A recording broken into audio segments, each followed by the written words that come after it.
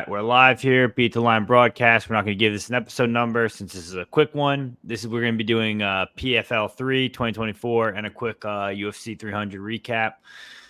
You know, normally I wouldn't spend my time going over this PFL card, but we figured while everyone else sleeps and takes the week off or whatever they call it, we're gonna try and make you guys some money, make ourselves some money, and carry forward.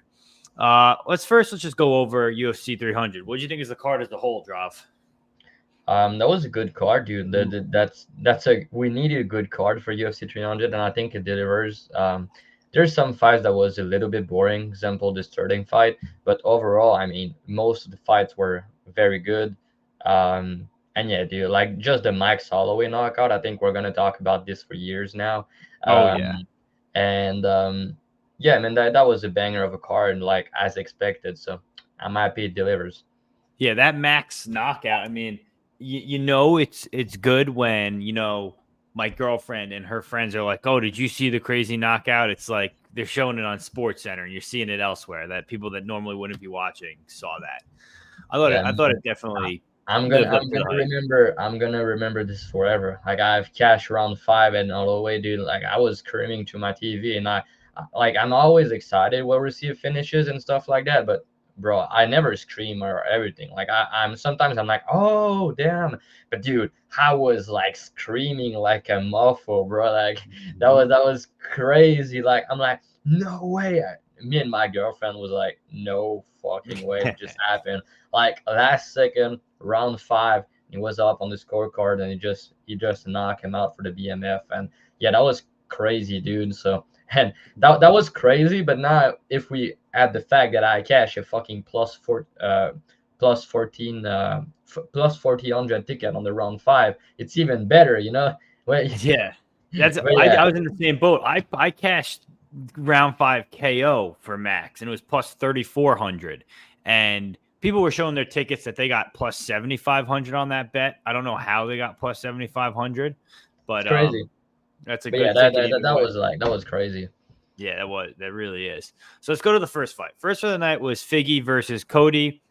I tweeted out a paper ticket of Figgy by sub. I kind of thought Cody would be an idiot shooting in because he said he was going to do a wrestling game plan. I kind of thought Figgy would catch him in that famous guillotine going in, but evidently Cody's a pretty good wrestler. But once he's on his back, he's got no answers and kind of looked very amateur on his back, to be completely honest. What'd you think? Yeah, he talked about he got vertigo or something. Like he, Dude, Vertigo got you subbed? Come on. I mean, that's what he said. He couldn't get back up, but yeah, I was kind of surprised because on the feet, Cody was kind of winning the fight. You know, I think he won the first Definitely. round, and he was hurting Figgy more than was hurting him. But I know Figgy, man, he's so low volume, dude. He's hard to win minutes when he's not hurting people. So yeah, that was a good fight, but I was expecting them to throw a little bit more, and I was imagining the fight playing more on the feet than on the ground. But yeah, man, I just had a bad read on the fight overall, but that was fun till it lasted. Yeah, I played the under 2.5 again in a Cody fight. That's kind of like the key here. Is just playing the under 2.5, cash it with Kelleher, cash it here. I think that's just the way to play his fights. He's a do or die fighter. Next fight was Bobby Green, Jim Miller. R.I.P. Bobby or R.I.P. Jim Miller. I mean, I had a Jim Miller money line ticket. I was happy with it in round 1 because he was really catching him early. I thought he had him hurt early, but then evidently that when he hit him hard, he broke his hand and he broke his toe and then he got beat up. I'm not going to lie. Bobby Green was just much faster and much more elusive on the feet, to be completely honest. Yeah, I think that was one of the fight of the night, dude. Like that was a banger. Yeah. Dude, they did go at it. Like Jim Miller is a whole guy, but he didn't look like he didn't want to quit on himself. So that wasn't like that was a very good fight. At some point, I was like, dude, I think Bobby Green's getting knocked out. But then, Yeah, uh, me too. yeah, yeah, but props to Bobby because he got knocked out like 4 months before that, out cold pretty bad, and he came back and he did look good. So yeah, man, props to him. That was a good fight, and now he's calling Paddy Pimblett. Do you think he win this fight? No. You I don't? don't think he. No, I don't think Bobby Green beats Patty Pimblett. I think that Renato Moicano, on the other hand, who's coming up next, he beats Paddy Pimblett, because I know they both kind of called for Paddy Pimblett. So, I mean, I think the UFC was going to put Money Moicano with Paddy. I don't think they're going to give him the Bobby Green. Actually, Bobby Green kind of makes more sense, though, in the sense because he's not. Yeah, the call out for Bobby Green was like, well, like, and I saw Paddy reacted to this. I think they might do this fight because Bobby Green is ranked still, right? I think he is. He's like 14 or something. Yeah, I think he's the bottom of it. Yeah, and I mean, that's like the perfect way for them to try to enter Paddy I into don't the know. I ranking. think Paddy can knock out Bobby Green. I also think Paddy can sub Bobby Green. So I don't know. I think that's that's Yeah, going to be a Paddy. I hate Paddy Pimblett, and I think that's a Paddy Pimblett spot. I don't know. That's a good fight. It all depends on the odd, but I kind of like Bobby if they do this fight, but I'm not sure yet. Well, you're going to get him at a big plus odds, so you better take Yeah, him. probably. Yeah. Next fight. All right, this one was a little salty about Jessica Andrade versus Marina Rodriguez. Not a boring fight at all. These girls went at each other for 15 minutes, swinging and banging as hard as they could. I had under 2.5. I think you played it under 2.5 too, right? I play fight doesn't go, but I Either also way, had, I mean, that was almost looking. It was looking beautiful. That was looking beautiful. Round 1 and round 2, it was looking great. Like, there's no way this is going the distance, and somehow it managed to. Both girls stayed strong in there. Yeah, that was annoying. I had Andrade in a parlay, but the other leg didn't cash, so I ended up losing. But yeah, man. Yep, I had it in the BTL I parlay. think she's still a dumbass. Like she didn't really shoot takedowns here. I was No, but honestly, she kind of looked like she looked a little better than she has in the past. I think she's kind of re-upping herself, redoing her brand. Like she's gonna have better fights, I think, coming forward. Next fight, Jalen Turner versus Renato Moicano. I had a Jalen Turner minus 130 money line ticket, and I was like, "Are you kidding me?" That was like in my head, looking at my bet MMA. I'm like, "All right, that bet is already cashed. It's already done. Put it in. Keep my bankroll happy." Boy, was I wrong. I mean, I can't believe he punched him, knocked him down, and decided to make it his own walk-off. I think he's kind of traumatized from all the ground and pound he did to Bobby that he's afraid to do ground and pound now. He like knocked him down and literally walked away. Moicano wasn't like knocked out cold. Sure, he landed on his ass, but he got right back up. He was like already like trying to get back up the second he got down. So I'm surprised he didn't follow it up. What did you think?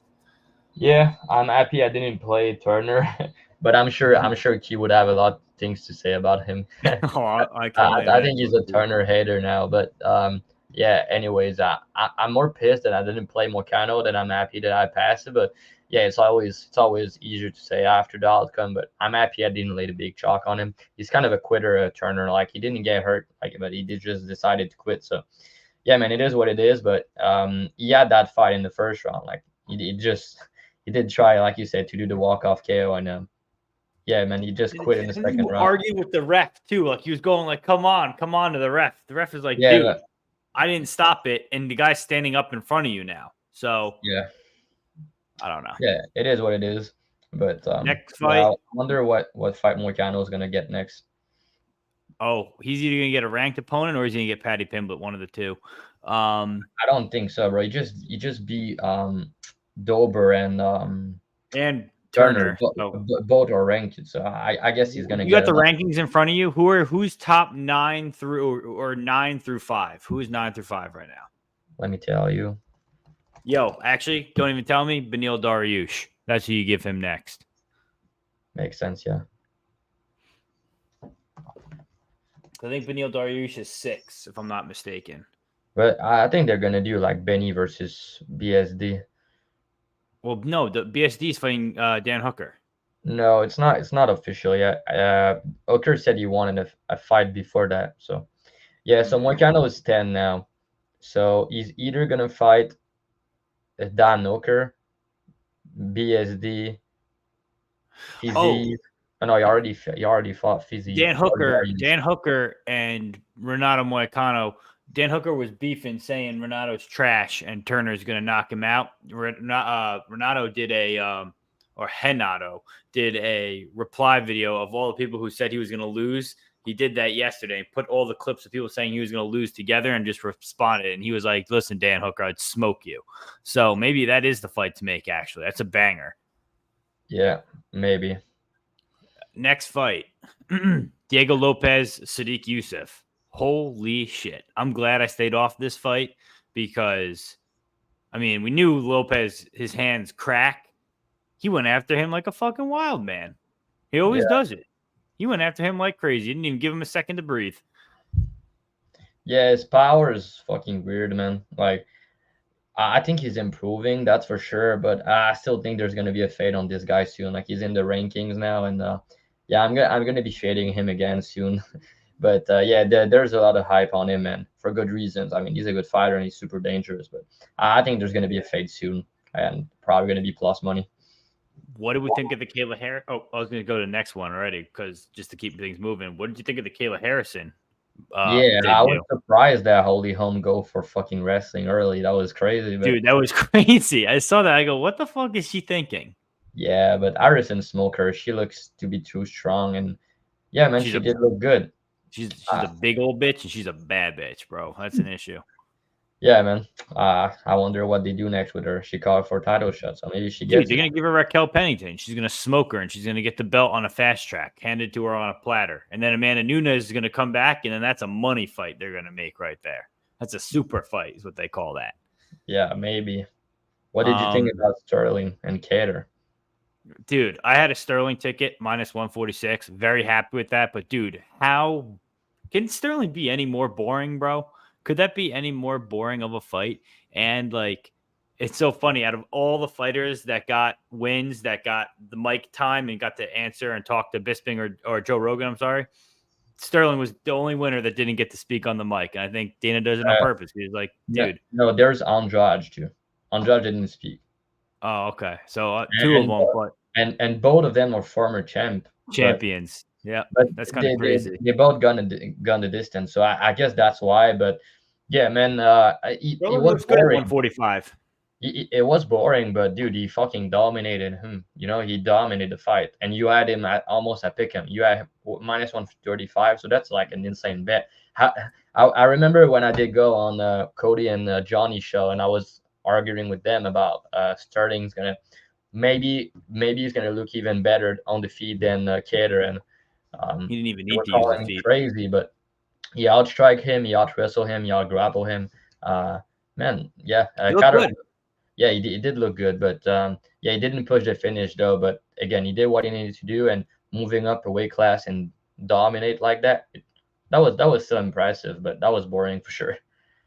Uh, I agree. Next fight, Rakic versus Prohaska. I mean, dude, I ended up getting a Rakic paper ticket. I didn't play him or track him or anything like that.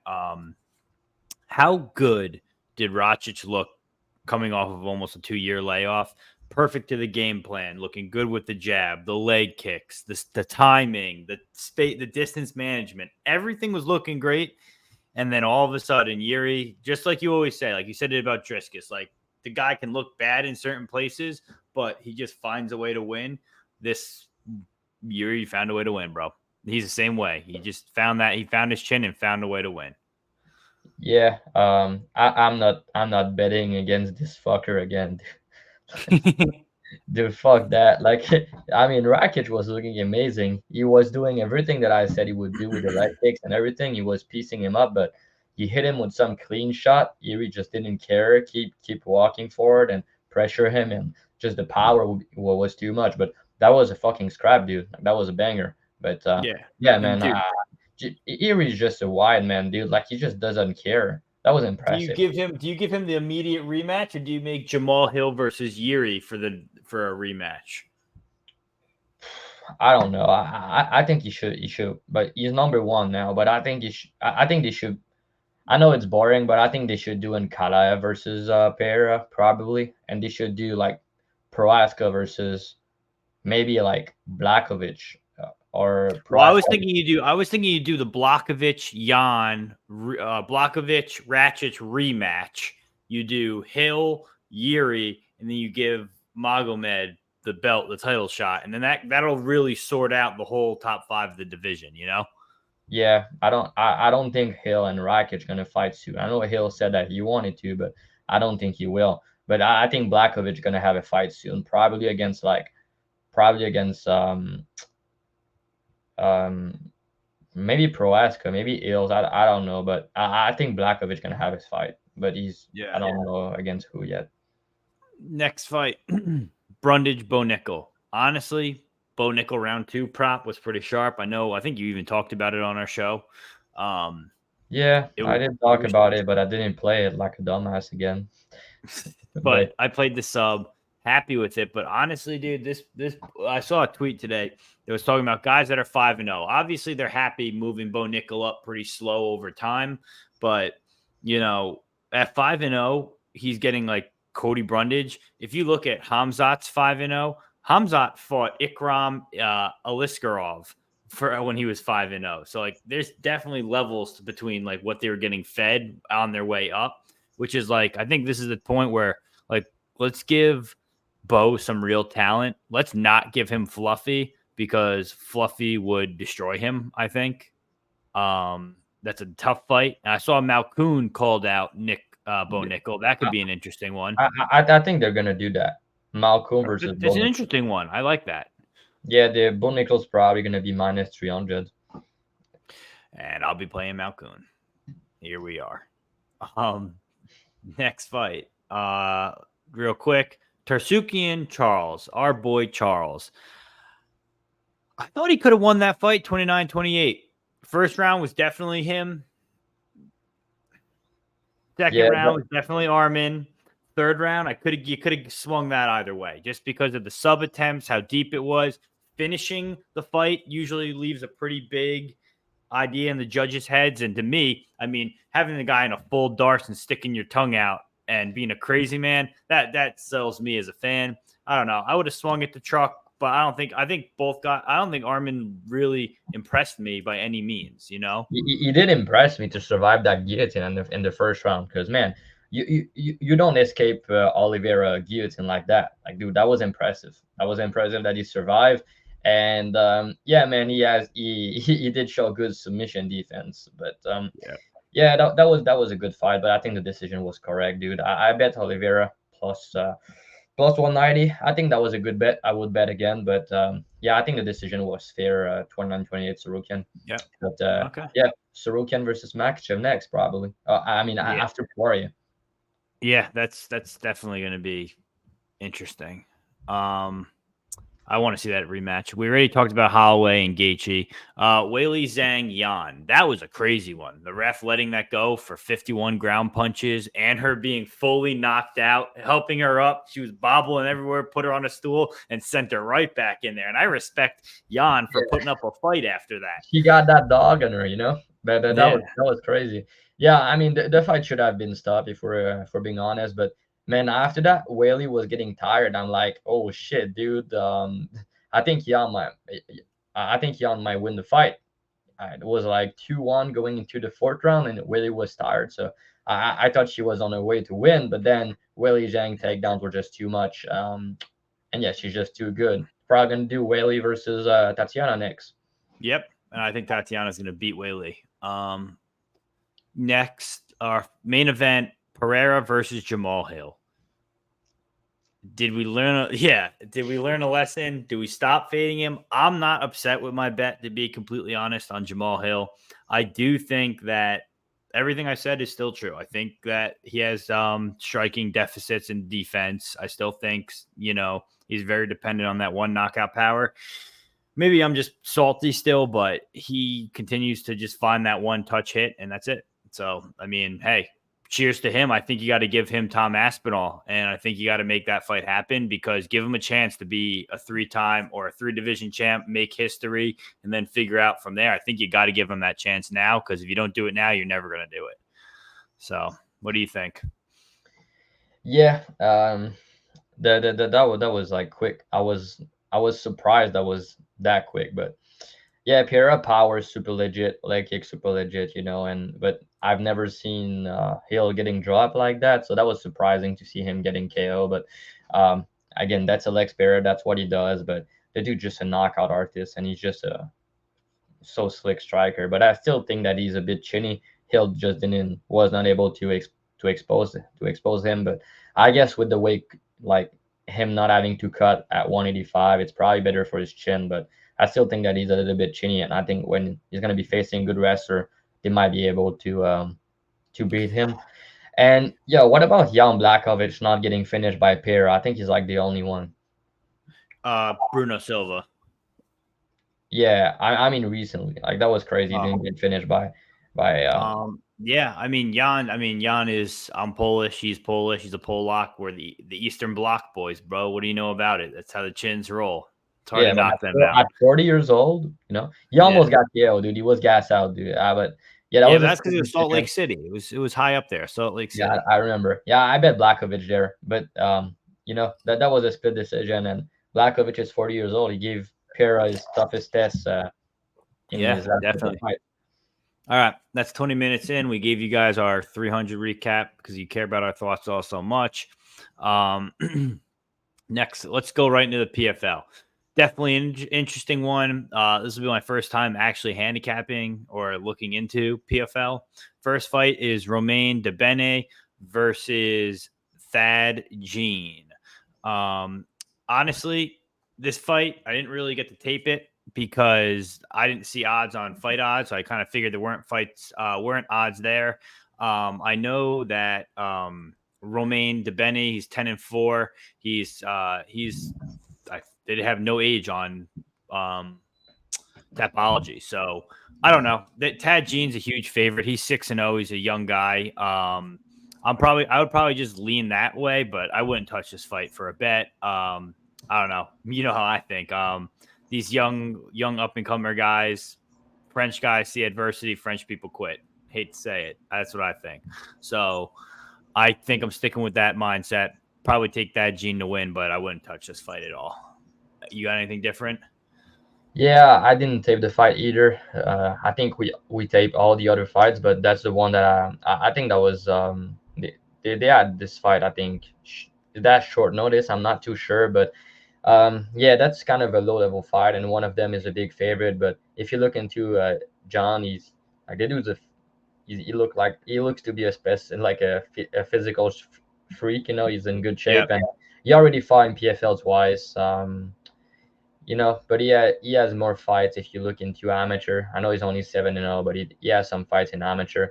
Um, and yeah, I was looking into Debian, and if you look into his record, like every time that he lost, he's getting finished, and he's on a win streak. He was in Bellator, he's making his PFL debut, but he did beat lower level guys, and he got knocked out by Martij Penez.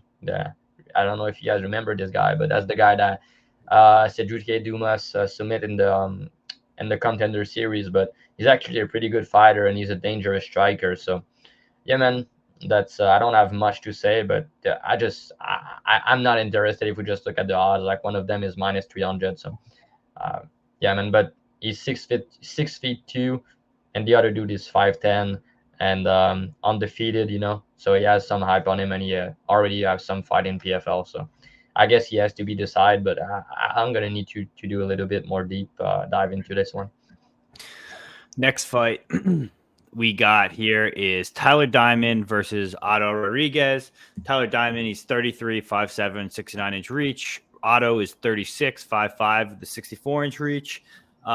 Quickly diving through these two guys' tapes. Otto Rodriguez, he definitely is takedown dependent. His hands are okay. Nothing special, nothing out of this world. He's got pretty good takedowns, pretty good wrestling. He depends on it. Tyler Diamond, on the other hand, good takedown defense, good wrestling. We kind of saw some of that on Tough.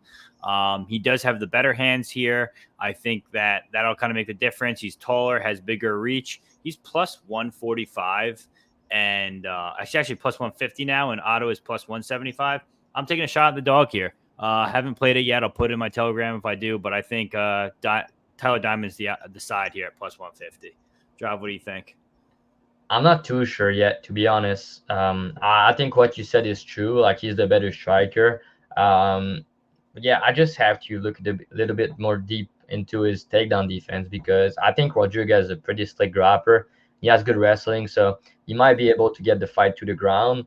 If he does, he's the better grappler. And yeah, we already know. But when we have a guy that is a slightly better striker, I don't think that the margin on the feet is like wide. I think it's probably going to be a bit close, but Diamond is slightly the better striker, you know.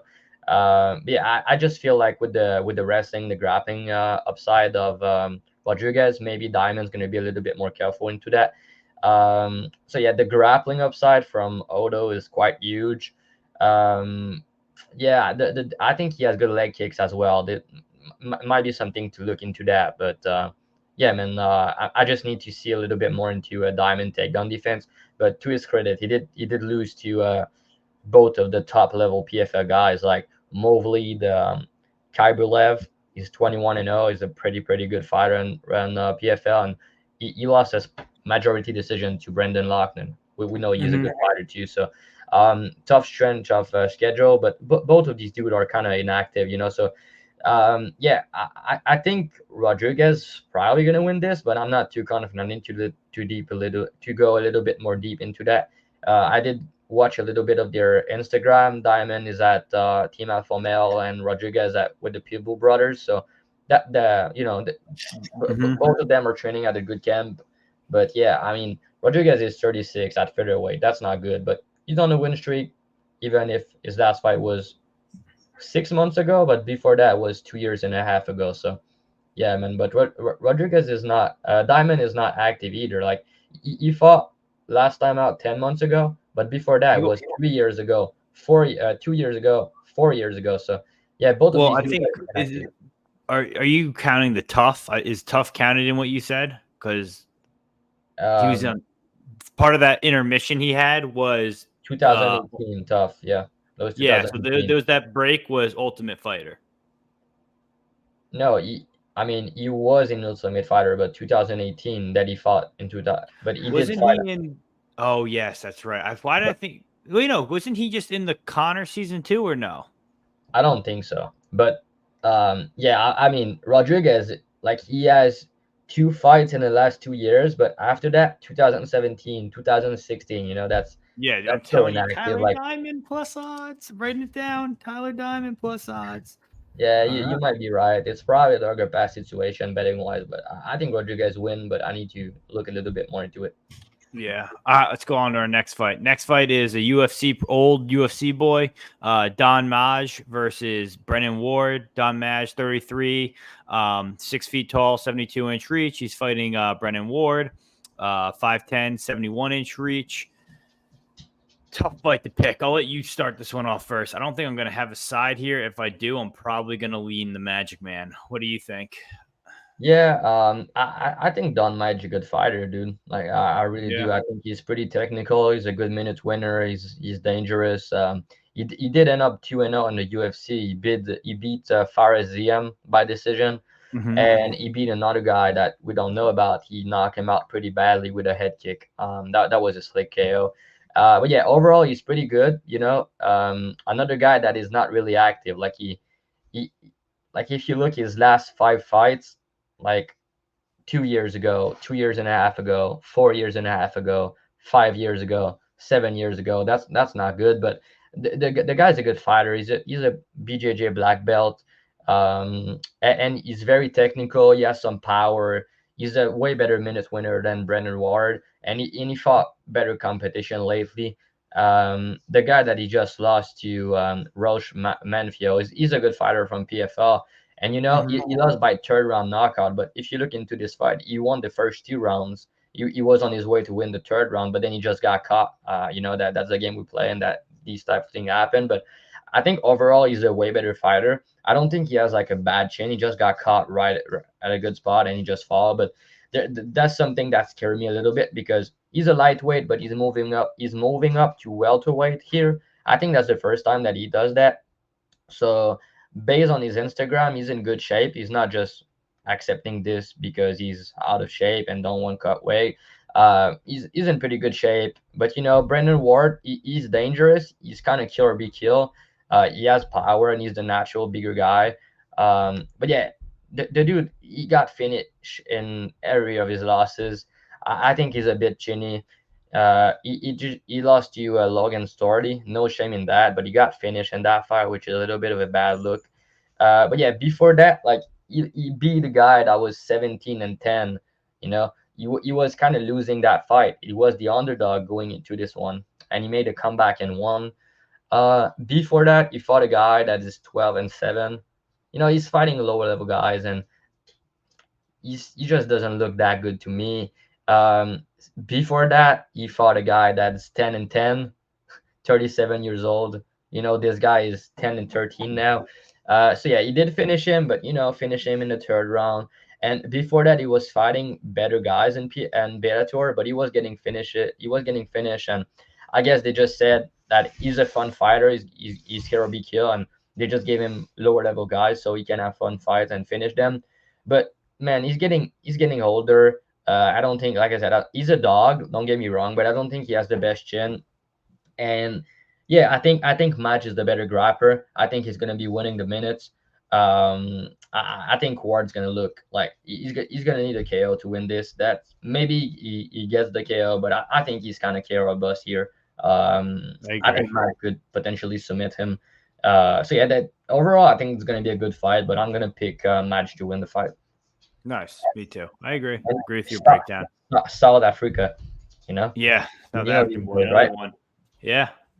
Yep. I'm looking at the flag right here. Next fight is Loreno Staropoli versus Murad Ramazanov. Staropoli, he used to train with the coach I do jiu-jitsu with. He actually used to be his training partner. 31 years old, this is at 180 pounds. He's 6 feet or 185. He's 6 feet tall, 71-inch reach. No, this is 170. What am I talking about? It's a welterweight bout.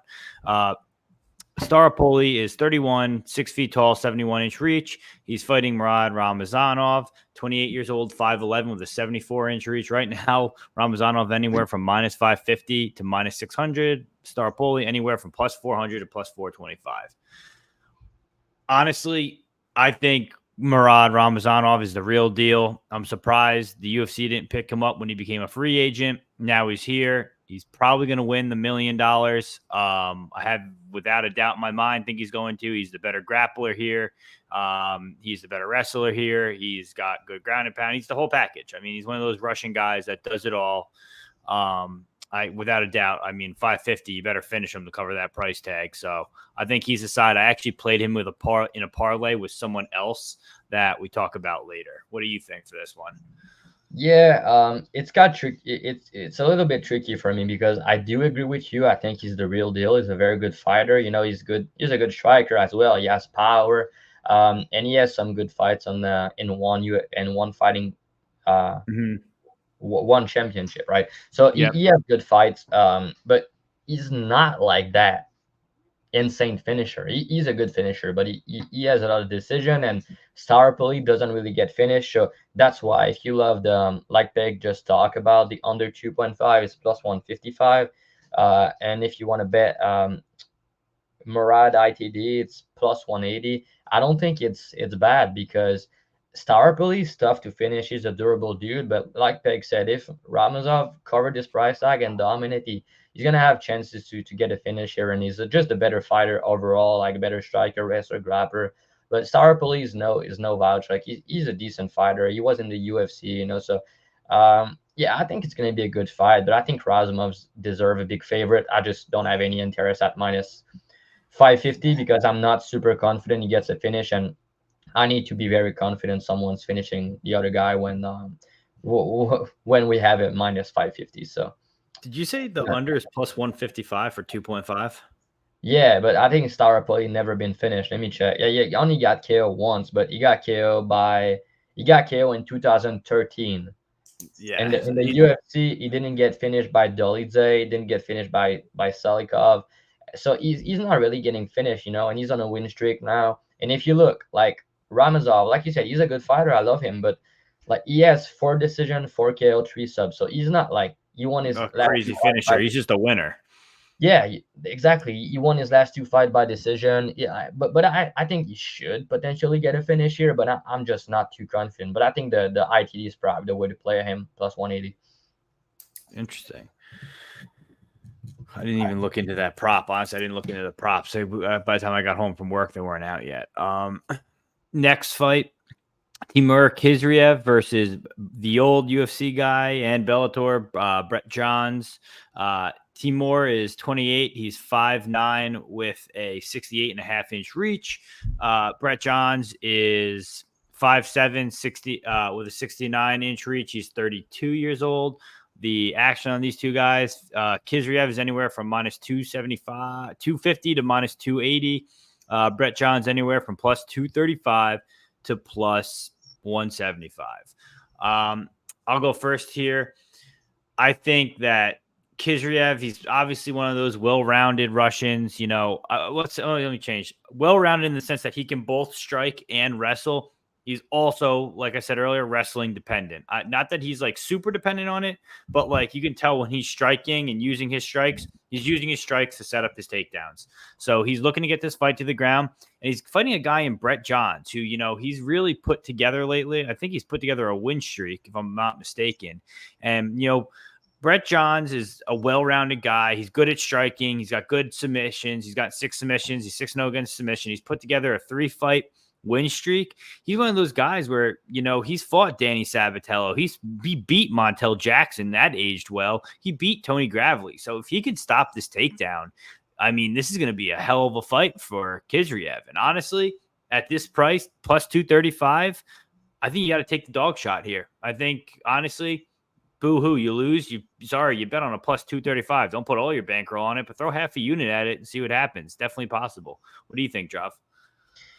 Yeah, I think that's a hard fight for him. Like, even if he can stop the takedowns, I'm not too sure to say he's the better striker. Like, I don't really like his striking, and he fought very low level guys recently, and he kind of struggled in these fights. Like, he got a finish last time out, but he was getting taken down by a lower level guy. He got a finish over Kurza Karorov. He's one of my guy outside the UFC that I have back at plus money in some fights. He made me some good cash. He beat Elite Taleb, and he's a good fighter, but he was not really a good, like, he was not really good on the ground before, so Johns was able to defend that. But you're kind of spot on the fact that Johns, he overall fought better competition. He was in the UFC, and it has to be dog or pass at plus 235. But I just feel like it's gonna go the distance. Like, I'm very confident in that. So rather than playing Kurziev at minus 275, you can just take the over 2.5 and just part that with something. Because they're both decisions fighter. Like, they don't finish people most of the time. And when John's finishing guys recently, at least, it's over 2.5 rounds. So I don't see any of these guys finishing. I think they both have good cardio. They're both gonna try to shoot takedowns. So it's probably gonna end up going the distance at probably a very high clip. So I'd rather play that than picking a side. But if we talk about numbers, it has to be dog or pass. But I'm probably not going to get there myself. If anything, John's by decision plus 425. It's also decent. But yeah, at this price, you might just go with the money line if you like him. You also could look into wait for a live line. Wait to see how the takedowns are. Odds are Khizriev will probably win that first round. I would think. So you'd probably be able to catch a live line here, and you can see how Johns deals with the takedowns, how the striking looks on the feet, then make your decision. Yeah, but I think Kurziev's going to be able to take him down. Like, I'm pretty confident in that. So then he'll probably win this fight if that's the case. Next fight is minus 275. Next fight, I'm going to have you start first. It's Adam Borics versus Enrique Barzola. Adam Borics, he's 30. He's 5'11 with a 70.5-inch reach. He's fighting Enrique Barzola. He's 34, 5'7 with a 70-inch reach. It's so funny how old all these PFL guys are for the most part, because they're all coming from like other organizations, old UFC. Like, people kind of at the tail end of their career. In some parts. Adam Borics is anywhere from minus 138 to minus 140. Enrique Barzola plus 120 to plus 100. What do you think? How do you think this fight goes? It's kind of a tricky fight, man, because Boric's going to be the bigger guy. He's used to fight at featherweight for a long time, but I don't think they have this division in PFL. I don't think they have. So nope. No, they don't have bantamweight. They don't have bantamweight. Yeah, that's what I mean to say. They don't have bantamweight. Yeah. So Barzola, he's a bantamweight normally. Like, he did fight a couple other weight class, but he's a bantamweight. So now he needs to go up at featherweight. So he's gonna be the smaller dude here.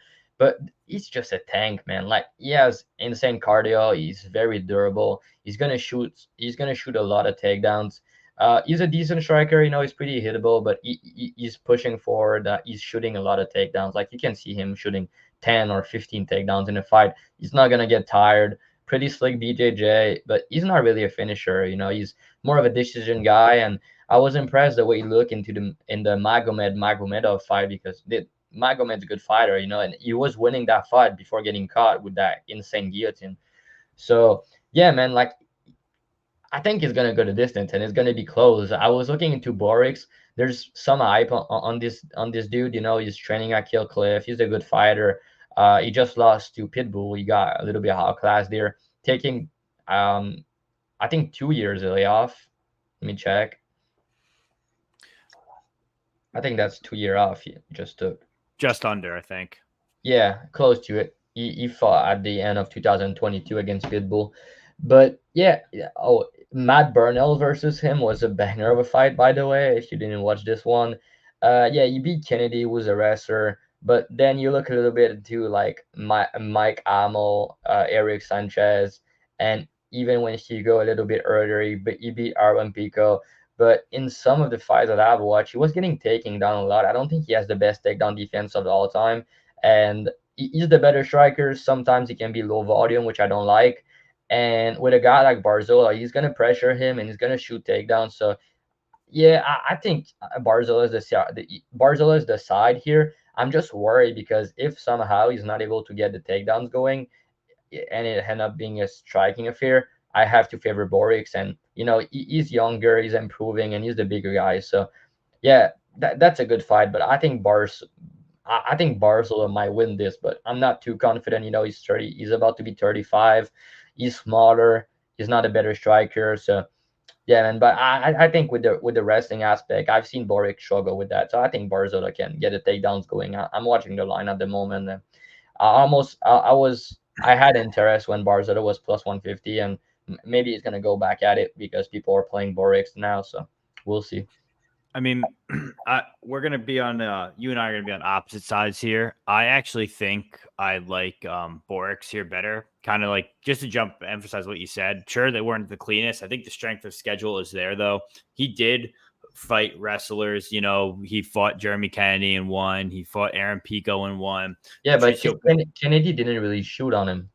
That was that was a striking match for the most part. Do you think that's because? Why do you think he didn't shoot on him? Do you think that's because he was worried? Why? What was your reason? Do you think he didn't shoot? Because that's kind of like part of my thing is like you kind of said, if this guy Barzola doesn't get his takedowns going, I think he's kind of shit out of luck here. Yes, but not really, because Borix, he gets hit a lot and he's low volume at time, and Barzola is gonna pressure him, and he's not a bad striker. Like he's a dog and he's super durable. So I think like it might be close on the feet. I favor Borix, but I think it might be close. And if you look into Borix tape, like he's getting taken down by almost everybody. I'm not saying that he has like poor takedown defense, but it's not the best. Like he fought Mike Hamill, he took him down. He fought Pico, he took him down multiple times. So yeah, he's going with these flying knees and stuff like that. People was able to capitalize, just control him on the ground. So yeah, he's just a little bit too flashy for my liking, and I think Barcelona might capitalize on that and just control him on the ground. And on the ground, he's the better grappler, and he's yeah. So that's just a tricky fight to me. But yeah, you can continue your breakdown. No, but that was pretty much my breakdown. I still think Borix is the side. We could stay split here. I don't have a bet on him yet. Like I said, this may be one of those ones where I watch the live line. I'll be watching this event live. This is one of the events that they actually track the live line on the TV while you're watching. You can see the strikes, everything like that. So I don't know. I'm going to keep an eye on that one. Next fight is one I love. It's Bubba Jenkins versus Kai Kamaka. Bubba Jenkins, he's 36. He's primarily a wrestler. He's 5'8" with a 72-inch reach. He's fighting Kai Kamaka, a UFC favorite, the Fighting Hawaiian. He's 29, 5'7" with a 68-inch reach, who got a tough draw of the sticks in the UFC. These guys right now, Kamaka is anywhere from minus 131 to plus 131 to plus 110. Bubba Jenkins is anywhere from minus 150 to minus 160. Drav, start us off first. Do you think Kamaka is able to stop the takedowns here and start his assault on the feet? Yeah, I do think he's gonna stop the takedowns here. uh, like he's the better striker, but there's a little bit more to look into. Like I was really looking into his takedown defense and get up game because that's what Jenkins gonna do. And I've watched a lot of tapes for this one, and I think his takedown defense is very good. You know, he's training at Extreme Couture, and these dude have like one of the best takedown defense. That's a cam that I really like when someone's Yeah. going against a wrestler. And yeah, yes, his takedown defense is very good, but his get up game is very good, and his scramble is very impressive. So if he gets taken down, he's going right back up, and if he needs to scramble and get back up, like he's doing it, like he's not gonna stay on the ground, and if he gets taken down, you know. So I was looking into that. I was very impressed with the takedown defense and everything. And on the feet, like I said, he's the better striker. He's faster. He's more technical. The leg kicks too. Like I think he's gonna have success with leg kicks. Jenkins doesn't deal well with that. We have seen him getting stopped because of it in the long current fight. And the Jung, the career trajectory, all on the favor of Kai Kamaka. You know, he's on a 3-fight win streak. He's 29 years old. Jenkins, you know, he's 36. He's big for the division, but he needs to cut a lot of weight to make featherweight. And we know in this lower weight class, bigger guy that need to cut a lot of weight at 36, 36 years old. That's pretty rare. We see someone going on a run at 125, 135, 145, even 155. It's hard. So and you know, Jenkins, he just got KO in his last fight, coming back now. I don't think he has the momentum anymore. I'm not saying that he's like washed because he looked good in the Chris Wade fight, but I think he's at the end of his career, and I think Kameka is kind of entering his prime. So I'm not too like super confident just because Kamaka on the feet, he tend to fight close at time. He can be a little bit low volume, but to me, he's the like I said, he's the better striker. He's faster, more technical. He's gonna have leg kicks upside, and Jenkins on the feet, he can crack. He's probably gonna make it competitive, but I don't see him getting his wrestling going. And with that being said, I have to favor Kamaka, and he's the underdog. So yeah, give me Kamaka to win this fight. Sometimes I hate letting you go first because you do such a well breaking it down. You covered pretty much everything. I mean, there's nothing really more for me to add. I completely agree. I played Comica plus 131. Everything he said, completely agree with. I think that this could be one of those fights where he stops takedowns early, starts setting up a kicking game. The more he kicks, the less takedowns will come. Bubba Jenkins is going to shoot them all regardless. He's definitely live to catch him. We know he's got power. So I think he's definitely the side, especially here at plus odds. Next fight here we have is Gyoti Yamuchi versus Neiman Gracie. This is a rematch. This is an interesting fight. Yamamuchi, is it Yamamuchi? Yamamuchi is 30. I'm definitely saying that wrong. He's 31. He's 5'10", the 74-inch reach. Gracie is 35, 6 feet tall, the 74-inch reach. Odds on these two fellas. Yamaguchi is anywhere from minus 225 to minus 280. Gracie is anywhere from plus 240 to plus 190. I'll break this one down first just because mine's quick. I didn't really go crazy into it. Like I said, this is a rematch. Both these guys have pretty good amount of experience. These guys fought last year, maybe a little over a year, 2 years ago. That was 2 years ago, yeah. He knocked out Neiman Gracie. Tough bout to Michael Page. This guy, Yamuchi, he's a submission specialist. He's just kind of a crazy man, honestly. He runs around. He's not afraid to do whatever. He'll try and sub you. He'll try and swing on you. Whatever it is, he'll try and beat you there. He's pretty good. I think he's definitely the side here, but he's minus 280. With the guy like you get in Neiman Gracie, in my opinion, he's kind of like Kron Gracie, whatever it is. You're getting a Gracie guy here. You know exactly what the game plan is. He's gonna go for the sub. His striking's bleh, and he's just like, what he's doing. He's crotch sniffing. He's scooting on his ass. He's trying to get the subs. So doesn't impress me. I'll take Gyoti Yamamuchi to win again, probably by finish. Drav, what do you think? Yeah, that's funny because like when they first fought, that's a year and a half ago, Gracie was minus 190, Yamuchi was plus 160. Now the rematch, and you know how I feel about rematches. Yep. Now the Always end rematch, differently. yeah, they go a different way more often than not. And now the guy that was plus 150, plus 160, he's now minus 280 because he knocked him out. That's pretty, like, that's a big jump. So Yeah, and I don't necessarily agree with you. I don't think Gracie just shoot for legs and not doing anything. He's actually striking most of the fight I've watched. I've watched a lot of fights. Like which one? The last one I've watched was him versus yeah, Logan Stardy. They strike for a lot of times. That was kind of a war. That was a good fight, to be honest. And yeah, he's striking a lot. He's kind of a dog at time. He's taking a lot of shots, but his striking is not very good. He used to be durable, but now it seems like he took a lot of damage in the Stardy fight. He almost got finished twice, and then after that, he got knocked out pretty badly by Yamauchi, and now they rematched together. Since then, he has won a fight and he beat Benson Anderson in a grappling tournament. And Yamachi, since that fight, he fought Michael Venom Page and he got knocked out with leg kicks in 26 seconds. That's what they had since the last bout.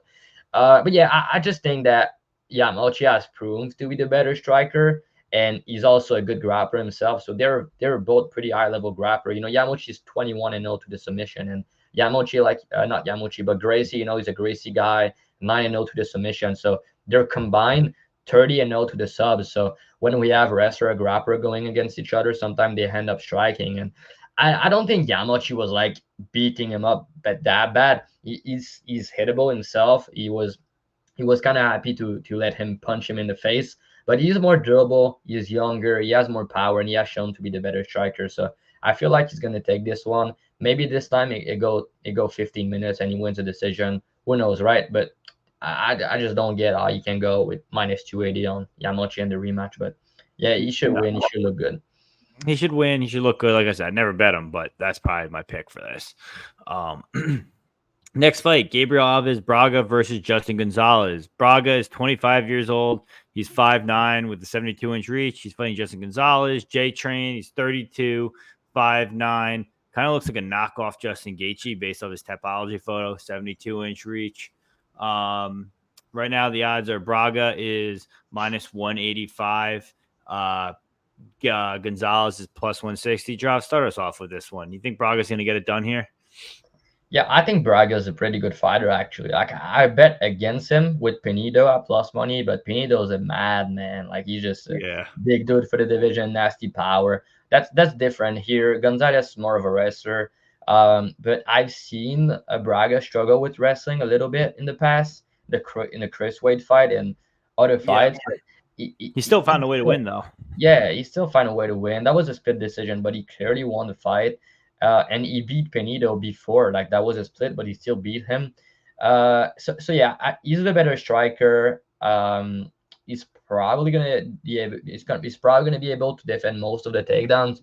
And Gonzalez on the feet, I think he's durable enough to not get finished. And they both go the distance at a pretty high clip. I think Gonzalez might be able to shoot to land a takedown or two and make the fight a little bit competitive. But on the feet, it should be Braga. He's the much better striker. But again, you have a guy coming back after a knockout loss for the million, and he lost his dad. I think his dad got killed. That's kind of crazy story. I think his dad was like one of the, he was one of his coach, and he got killed. And then that was a kind of a crazy story. And now he's coming back after all that, and he's fighting Gonzalez. So again, I feel like it's gonna go the distance at a pretty high clip. I rather play the over 2.5 if anything, rather than picking a side.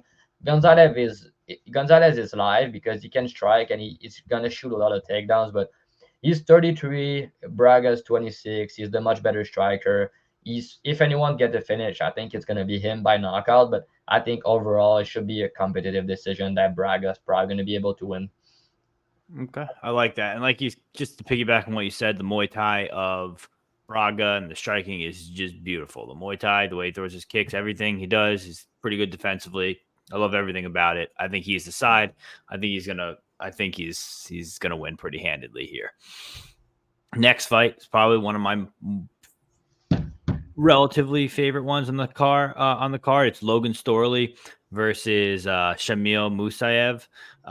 Logan Stoley's 31.59 with a 71-inch reach. Musayev is 30. He's 5'10 with a 72-inch reach. The odds on these two fellas, you can get Stoley anywhere from -200 to -210. You can get Musayev anywhere from +180 to +150. I don't know why you'd bet +150 when you can get the other two.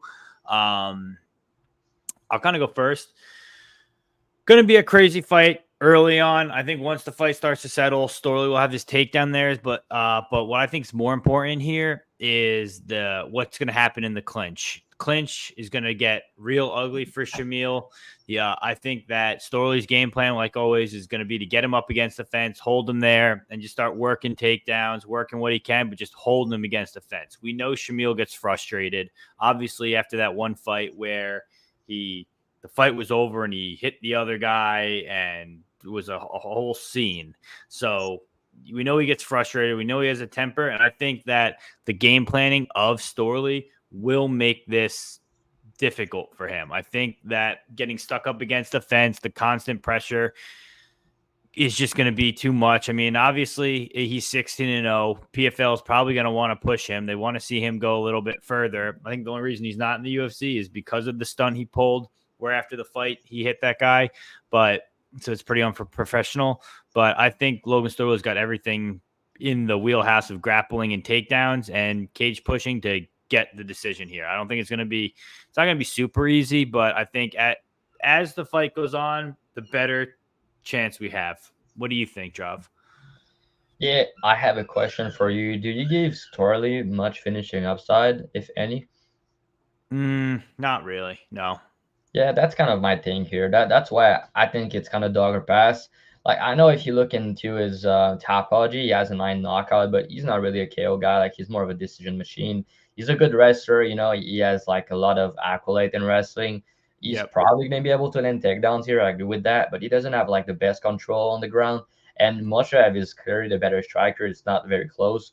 I love his kick, his spinning kicks, his body work. He's nasty, super dangerous, and he's gonna do more damage than Storley. So we know how these judges sometimes can screw a lot of people.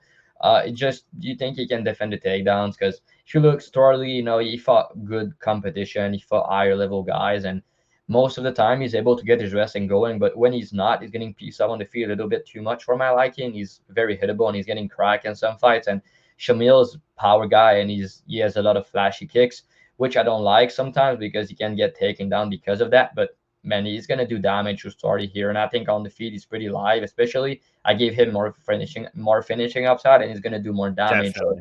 Yeah, I think it's dog or pass. I was interested in Storley when he was -150, -160, but now at these odds, I got to pick Shamil. But I think Storley win the fight. But if we talk about value and we talk about betting number, we're talking about a +180 dog and Shamil now. So if he gets to plus 200, which he might because people are prowling at Storley, I might get into a bet, but I'm worried about his takedown defense and Storley just wrestle fuck him. You know, yeah. You know his name. That's so funny you say that because that's what I did. I parlayed Storley with who did I say earlier? With Ramazov. I parlayed those two guys. Just because I got him at 200 also, -200 flat. I don't know. Like you said, I kind of think we're going to see a wrestle bang here. I think he's going to lose his just because like those Asimov fights are pretty impressive fights. I mean, he went to split decision for one of them. I rate Asimov way higher than Musayev. Yeah, sure, but you got his ass beat the fight after. Yes, that one was bad, but the first one was like pretty close. Yeah, but that was not a split. Like he clearly got beat in that fight. I just watch it. Yeah. Next, let's go to our next fight because we'll try to keep this under an hour. We're almost there. Next one is Brendan Logren versus Pedro Carvalho. Logren is 34, 5'9" with a 71-inch reach. Pedro is 28, 5'11" with a 70.5-inch reach. Right now, these guys, Logren's -525. Pedro is +400. I wouldn't touch this fight. I don't trust Logren anymore after last fight. After that, it was kind of a free KO, sure, but he's 34. I don't really know what he was kind of expecting there. Obviously, he's winning. He's obviously very proficient. I think he's the better fighter on the feet. His hands are great. His kicks are good. He's just an all-around pretty good fighter. He's been running this place for a while. The only thing that reason I'm deterred is because the other guy is plus 400. Drav, how many times do you think this guy Pedro has won as a huge underdog? I think 2 or 3 times. He won a couple of times in Bellator. If he beat Yep. Burnell, he was plus 400 in He was that fight. plus 400 and he beat Burnell. That's what I'm saying. So this price tag seems to be his number. He loves being that big underdog and he loves spoiling it. Does he have what it takes? Maybe if he gets to the ground, if he wrestles, gets to the ground, but I don't see anything like super like stand out offish. I think he's gonna like blow this guy out the water. I think his submissions are there. I think it's possible. I think like, but Do, he is 6-5 he was 6-5 in Bellator. You know, he lost to Kennedy, who's a grappler. He lost to Pico in the first round. I actually watched that one recently.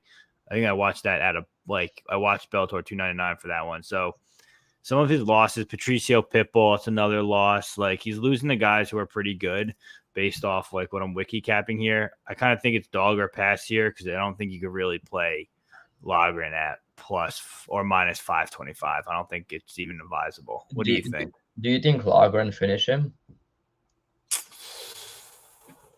Possible. I mean, definitely can on the feet. That's for sure. I'm not sure if he's going to ground and pound him or sub him or anything, but he could definitely finish him on the feet. Yeah, Logren, he's not a guy that finishing people a lot in the first round. He's more of a decision guy, but it's kind of an accumulation of damage that he's finishing people in the third round. And the second round, he loves, 6 KO in the second round. So, Wow. yeah, Okay. I can't really get myself to play him at this number, but he's clearly the better fighter and he should win this. And to his credit, in his last fight, he fought like I said, Jesus Pineda was a guy that wasn't a big underdog in most of his fights in PFL, and he just beat up everybody, finished everybody, and win the million. And the dude has some nasty power, and he's probably on all the vitamins that you can get. He's Yeah. special. So yeah, he got caught in that fight with a knee, and he got knocked out. He was minus 500 in that fight. That was crazy. Now he's the same price against a guy that is not on the same level and far less dangerous. So yeah, actually, I think you should win. That's a couple ways. If you want to play Logren, I think you go round 2, round 3 on him. That's how he tends to finish people, and he kind of needs a finisher if he wants to cover his price tag. But I don't think you finish him in one. And money line side, it got to be Pedro or pass, like plus 400. Like you said, you already spoiled the party before at these odds. So I don't think Logren is a guy that I want to get myself involved at minus 500, but he should look good and he should win this fight. Yeah, I agree. All right. Main event: Andrei Koreshkov versus Magomed Umalatov. Umalatov. Umalatov. Umalatov. Magomed Umalatov. Koreshkov is 33, 6'1", 76-inch reach. Umalatov is 32, 6'1", 75-inch reach. That was so bad. Koroshev is plus 115 to minus 105. Umalatov is anywhere from minus 135 to minus 160. Drav, you went dark, so I'll go first here. Interesting fight. This guy, Andre, is crazy. The way he strikes is spinning back kicks, spinning kicks, crazy punches, great striking, good takedown defense. He gets put into the ground. One of my favorite things, urgency to get back up. He works real hard to get back up. He gets back up. He's pretty good at getting back up off the ground. He doesn't like getting held down. He's quick to get up. Like I said, with the urgency, he's going to be the better striker here. Slightly though, because you got to remember Umalatov he's one of those guys that he's Russian. I assume he's got a pretty good ground game. I think that if he gets him down, he'll be able to keep him down just because he's the bigger guy. He's a very good boxer. I think the boxing here is going to be very important. We could be seeing a striker's delight here between these two gentlemen. I honestly, if you look at actually, I'm going to let you take care of this because this is something you and I talked about before. I'm going to let you cover it. So I think Umalatov is the side here very lightly. Could be a toss-up. I thought Koroshev was the side when he was plus 150, plus 160. I mean, obviously he opened plus 240. It says if that's the case, I mean that's definitely the side. But around when he was plus 160 around there, I liked him. Plus 130, not so much. Plus 115 is a little tough. Could be a pick on either side. Just pick which guy you like. I think Umalatov probably is going to win this fight. Job, what do you think? Yeah, based on your breakdown, you look to love Korzov more. You, I don't understand. Why do you think Komalatov win? Did you just It's say just you one of think those, Komalatov? you just get a feeling. And there was one stat that I've kind of been back and forth all week. I liked him as the dog, but then there was one stat that you brought up, which I wanted you. That's why I wanted you to do your breakdown because I don't want to steal your fact when it was yours. But Okay, fine. But I think it's a tricky fight, dude. Like, first of all, I think that's a good fight. I think that's a high level fight. I'm excited for it. But it's kind of hard to pick a side and be very confident.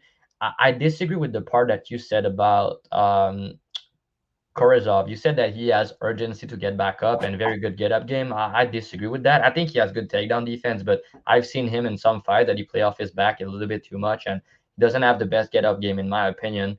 But I don't see any of these guys like getting takedowns at a super high clip. But Umalatov's the better grappler, but I think the wrestling is pretty close. If anyone gets takedowns, I think if Korzgov gets him down, I don't think he's gonna control him because he doesn't have the best control time. But if Umalatov gets him down, I think he's the much better guy on top. He has better ground and pound, and he has, like I said, better grappling. So he's the more likely of the two to get a submission. And off his back, he's better. Umalatov, like he has submission off his back, armbar, and everything. You can really see that if you don't look his regional, not his regional, but amateur fights. And that's the next point I'm going to because if you look, he has a lot of fights. Like he's undefeated as a pro, but he lost 3 fights as an amateur. But he was fighting high level competition. Like back then, he just didn't know. The first guy that he fought, like the first amateur fight that he got in his career, both of these guys were 0-0. He got submitted in the first round, and then they rematch and he submit the guy in the first round. So he got his revenge. But I found a little bit interesting because this guy now is 16-2 as a pro. So he's a good fighter, and he was fighting in Bellator, and so he lost to this guy in his first fight. He got his revenge and he submit him. Then he lost a decision that was a 2-round fight to another guy, Ramazan Karamagomedov. I don't know how to say Kuramagomedov. This guy is now 12-0 as a pro, and he's fighting in Bellator, and he's about to fight Jason Jackson. So yeah. that's impressive. And another guy that he lost to as an amateur, he lost another decision. This guy is now 17-3. He's a pretty good fighter, and he's I think he's a champion in LFA. If he's not a champ, yeah, he's a champ in LFA. So he lost to very high level guys that he didn't really know back then. But that's the only loss that he got. And he also the last guy that he beat as amateur to become a European. I don't know how to say it, but the 2017 European Championship. He won that fight. He became a champ back there. This guy that he beat was 5-0, 5-1 as an amateur back then, but he's now 12-0, 12-1 as a pro. So my case is the guy that he's beating, the guy that he was facing in amateur were all pretty high level competition, and we're talking about 2015, 2016, and 17. So this guy has been fighting the high level competition back then. Now as a pro, before the PFL, he didn't fight really high level guys. The first guy that he fought that has a lot of experience was in the UFC before is Leandro Silva. He's 28-11. He's now 38 years old. Um, this guy was in the UFC back then. He's pretty durable. This dude, he has never been finished. So that's a little bit impressive because we know Umalatov, he finished a lot of people, but he didn't finish that guy. And I don't think he looked good. That was in 2021. That was a close fight. He was not separating himself pretty much. But yeah, that's that. After that, he knocked out Jara Al Silawi. He's not that good of a fighter, but he knocked him out in the first round. He knocked out Delino Tyler, who's not really a good fighter, and he beat Lopez by decision. He was 16-0. This guy was not very good, and you almost finish him, you almost kill him in the first round, and after that, he was minus 900. They ended up having a close fight going into the later rounds. He was a little bit tired, which was surprising because he normally has good cardio. But yeah, so to break down the fight, I think that the striking is going to be competitive because Umaratov can be low volume at time, but I think he has more power. I think he has a better chin than Korezgov. Korezgov, on the other hand, like he's the better kicker. I think Umaratov's the better boxer. Uh, Korezkov, he was in Bellator. He fought a lot of high level guys, and his kicks are impressive. You know, he's beating guys up with the body kicks, with the spinning kicks, and everything. He has a lot of knockout, but he's also good at winning minutes. You know, I think overall he's a pretty good fighter. Um, and if you look, so yeah, he did had a trilogy against Douglas Lima, who was a very high level fighter. He beat him, and then he got finished back to back after that. He got knocked out pretty badly, was out cold, and he got a submit in the championship rounds. He didn't tap, so he got out. He goes out again. Yeah. Uh, Beef after that, he lost a split decision to Lawrence Larkin again, a guy that was in the UFC, beat Masvidal, um, and a lot of people in the UFC. He knocked out Santiago and a lot of these guys. You know, so he's a good fighter. He almost knocked him out in the first round, but then he got hurt himself. He almost died, and he ended up losing a split. I think he should have won that fight personally, but then the rematch, and that's his last fight. He beat him by split decision. Uh, so yeah, I think it's to me, I'm kind of struggling to pick a side here because I think that Kurzlov can be better at winning minutes, but he struggled a lot with leg kicks. And Magomed, he has good leg kicks. You know, I feel like he's gonna go out there and he's gonna try to fuck up his legs. I've seen Kurzlov struggle with leg kicks a lot. He doesn't check them, and he was getting compromised in some fights. So that's something to look into. He doesn't really fight from the southpaw stance, which is gonna be good for Omanov. And I've seen this guy getting put out. I don't think he has a bad chin, but I've seen him getting dropped, getting KO. And Umaltov, you know, he's a undefeated Russian. He never lost a fight. And I just feel like he's going to have a little bit more power into his ends. And I think he's the more likely of the two to get a knockout. But if it go to distance, it's going to end up being a close 29-28 decision. But him being the better grappler, more dangerous, and a little bit more finishing upside, I'm going to have to pick him. He's training at American Top Team, which I like because he's at the Korezgov is at the Russian camp I don't really know about. But I like when they're in the US. What? The US, I like the US gyms a little bit better. Yeah, me too. But yeah, American Top Team, and this dude Umalatov, I like that. The dude is living in his gym, like he's sleeping there. He's sleeping in his gym. That's kind of crazy. Yeah. That's where he I lives. love that. That's then where. There you go. There's my side, and that's why I'm taking Umalatov to win. But yeah, that's still tricky, bro. A lot of money on Korezkov. Is everybody's favorite dog on the card, I think. So maybe the odds gonna switch. I don't really know, but I'm picking Umalatov here. That's a good fight. I'm excited for this one.